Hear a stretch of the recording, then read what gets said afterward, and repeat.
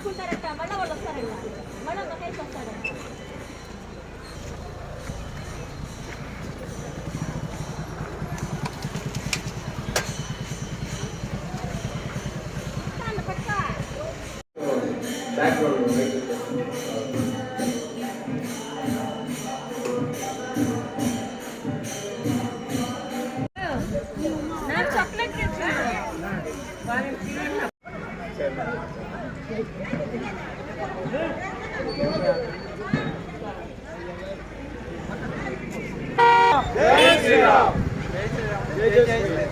जय श्री राम, जय जय श्री राम, जय श्री राम, जय जय श्री राम, जय श्री राम, जय जय श्री राम, जय श्री राम, जय जय श्री राम, जय श्री राम, जय जय श्री राम.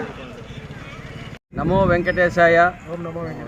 హిందూ బంధువులందరికీ విజ్ఞప్తి, గత 3 రోజులుగా పవిత్రమైనటువంటి తిరుమల దేవస్థానంలో హిందువులందరూ పవిత్రంగా తీసుకునేటువంటి లడ్డు విషయంలో జరిగినటువంటి విషయం ప్రపంచవ్యాప్తంగా ప్రతి ఒక్కరూ చూస్తున్నారు. హిందువుల మనోభావాలను దెబ్బతీసే విధంగా హిందూ ధర్మాన్ని సర్వనాశనం చేయడానికి కంకణం కట్టుకున్నారా ఏమైనా అని కూడా అనిపిస్తూ ఉంది. ఈ యొక్క లడ్డూ తయారు చేసేది ఒక నియమావళి ఉన్నది.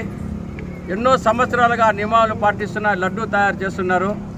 ఇప్పుడు ఆ నియమావళిని ఉల్లంఘించి కేవలం స్వార్థంతో తమ లాభాల కోసం ఈరోజు చేసినటువంటి అపవిత్రమైనటువంటి ఈ యొక్క లడ్డు కల్తీ విషయంలో ల్యాబొరేటరీ రిపోర్టు ద్వారా నిర్ధారించిన తర్వాత దానిపైన ప్రతి ఒక్క హిందువు కూడా స్పందించిన అవసరం చాలా ఉన్నది. పంది కొవ్వు కూడా దాన్ని ఉపయోగించుకున్నారంటే దీనికన్నా దరిద్రం ఇంకోరు లేదు. హిందువులుగా మనం ముట్టుకునే పవిత్రమైన లడ్డూని మన ఇంటికి తీసుకొచ్చి ఆ లడ్డూని పూజ చేసి మనం అందరికీ భక్తి శ్రద్ధలతో మనం ఆ లడ్డూని తీసుకుంటా ఉన్నాం.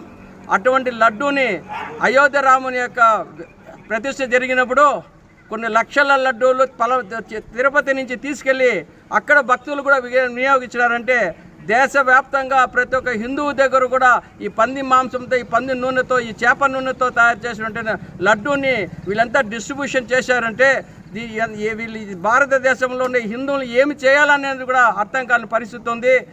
ఈ విషయం పైన ప్రతి హిందువు కూడా స్పందించాలా. స్పందించకపోతే ప్రతి ఒక్కరు నాకెందుకులే అనుకుంటేనే ఈరోజు ఈ పరిస్థితికి వచ్చేసినాం. హిందూ ధర్మాన్ని, సనాతన ధర్మాన్ని మనం కాపాడకపోతే ఈ దేవాలయం లేదు, దేవాలయ వ్యవస్థ లేదు, భారతదేశం లేదు. హిందూ ధర్మం కాపాడినప్పుడే ఈ భారతదేశం ఉంది. ప్రపంచంలో హిందువులకు ఉన్నట్టు ఏకైక దేశం ఈ భారతదేశమే. ఈరోజు వచ్చేసి ఈ భారతదేశంలో ఉన్న మన హిందువుల స్థానం కూడా మనం మైనార్టీలుగా వెళ్ళిపోతాం. మెజార్టీగా ఉన్న మన హిందువులు ఈరోజు మనం మైనార్టీలుగా అయిపోయి మన మనోభావాలను చెప్పుకునేదానికి లేని పరిస్థితి ఉంది. ఎందుకంటే ఒక వినాయక చవితి ఒక విగ్రహం పెట్టుకోవాలంటే 3 అడుగుల విగ్రహానికి ఒక డబ్బు కట్టండి, 6 అడుగులకి ఒక డబ్బు కట్టండి, మైక్ సెట్కి డబ్బు కట్టండి. మన హిందువులు మనం చేసుకునే మన పండగల దగ్గర కూడా మన హిందువుల దగ్గర నుంచి డబ్బులు వసూలు చేస్తున్నారంటే మన హిందువులు ఏంది? మనం ఈ భారతదేశంలో పుట్టలేదా? మన పాకిస్తాన్లో ఉన్నామా, ఆఫ్ఘనిస్తాన్లో ఉన్నామా? హిందూ దేశంలో ఉండి మన పండగలు మనం చేసుకునే దానికి కూడా మన ప్రభుత్వం నుంచి పర్మిషన్ తీసుకోవాలనేది చాలా శోచనీయమైన విషయం. ఇప్పటికైనా ఈ ప్రభుత్వమైనా దీనిపైన చర్యలు తీసుకోవాలి. ఒక దేవస్థానానికి కరెంటు విషయంలో తీసుకుంటే ₹8.70 ఒక యూనిట్కి తీసుకుంటున్నారు. అదే మసీదులకి, చర్చిలకి ₹2.60 తీసుకుంటున్నారు.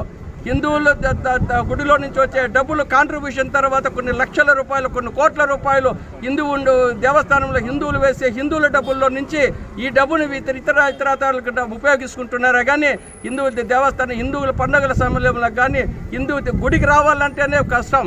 చెప్పుల స్టాండ్లో డబ్బులు వసూలు చేస్తారు, కారు స్టాండ్లో పోతే డబ్బులు చేస్తారు, స్పెషల్ దర్శనం డబ్బులు తీసుకుంటారు, ప్రసాదానికి డబ్బులు తీసుకుంటారు. హిందువుల దగ్గర ప్రతి ఒక్క విషయాన్ని కూడా డబ్బులు తీసుకొని హిందూ దేవాలయాలకి హిందువులు రానికుండా చేసే పరిస్థితికి దుస్థితికి వచ్చేసింది. కాబట్టి ఈ విషయంగా ఈడొచ్చేసి రాజకీయాలకి అతీతంగా, అది కులాలకు అతీతంగా ప్రతి ఒక్కరు స్పందించి మన హిందూ ధర్మాన్ని కాపాడుకుంటేనే మన మనుగ ఉంటుంది. లేకుంటే భవిష్యత్తులో హిందూ దేశం అనేది ఒకటి ఉందని చెప్పేసి చరిత్రలో చదువుకునే పరిస్థితి వస్తుంది. కాబట్టి ఈరోజు జరిగినటువంటి ఈ అన్యాయాన్ని ప్రతి హిందూ కూడా ఖండించాలని చెప్పేసి సభాముఖంగా కోరుకుంటాము. నమో వెంకటేశాయ. బంధువులందరికీ నమస్కారాలు. మన తిరుమల లడ్డు అపవిత్రత గురించి అందరికీ విదితమే. లడ్డూను తయారు చేయడంలో నియమాలు పాటించకుండా చేప నూనె, ఎముకల నుండి తీసిన నూనె ఇలాంటి వాటితో తయారు చేసినారని ల్యాబుల్లో వచ్చిన రిపోర్టుల ప్రకారం కొంతమంది తెలియజేసినారు. ఇది పార్టీలకు అతీతంగా ఎవరు తప్పు చేసినా కఠినాతి కఠినంగా శిక్షించాలని ప్రభుత్వాన్ని కోరుతున్నాం. దీంట్లో తప్పు చేసిన వారికి శిక్ష విధించడానికి దయచేసి రాజకీయాలు చేయొద్దండి.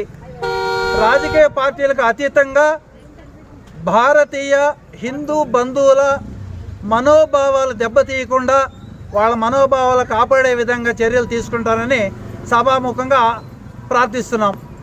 రెండవది, అన్య మతస్థులు హిందూ దేవాలయాల్ని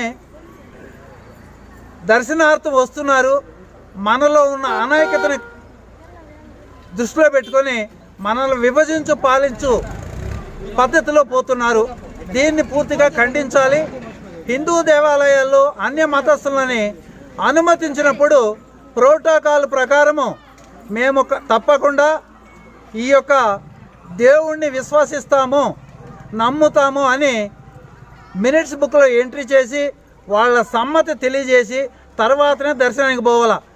అలా లేకుండా వచ్చిన వాళ్ళందరినీ గుళ్ళేకి అనుమతించకూడదు. ఇదే పద్ధతిలో మసీదులోకి పోతే ఒప్పుకుంటారా, చర్చలోకి పోతే ఒప్పుకుంటారా? ఇవన్నీ కూడా దృష్టిలో పెట్టుకొని హిందువుల యొక్క మనోభావాలను కాపాడాలని, హిందూ ధర్మాన్ని కాపాడాలని సభాముఖం కోరుకుంటున్నాం సార్.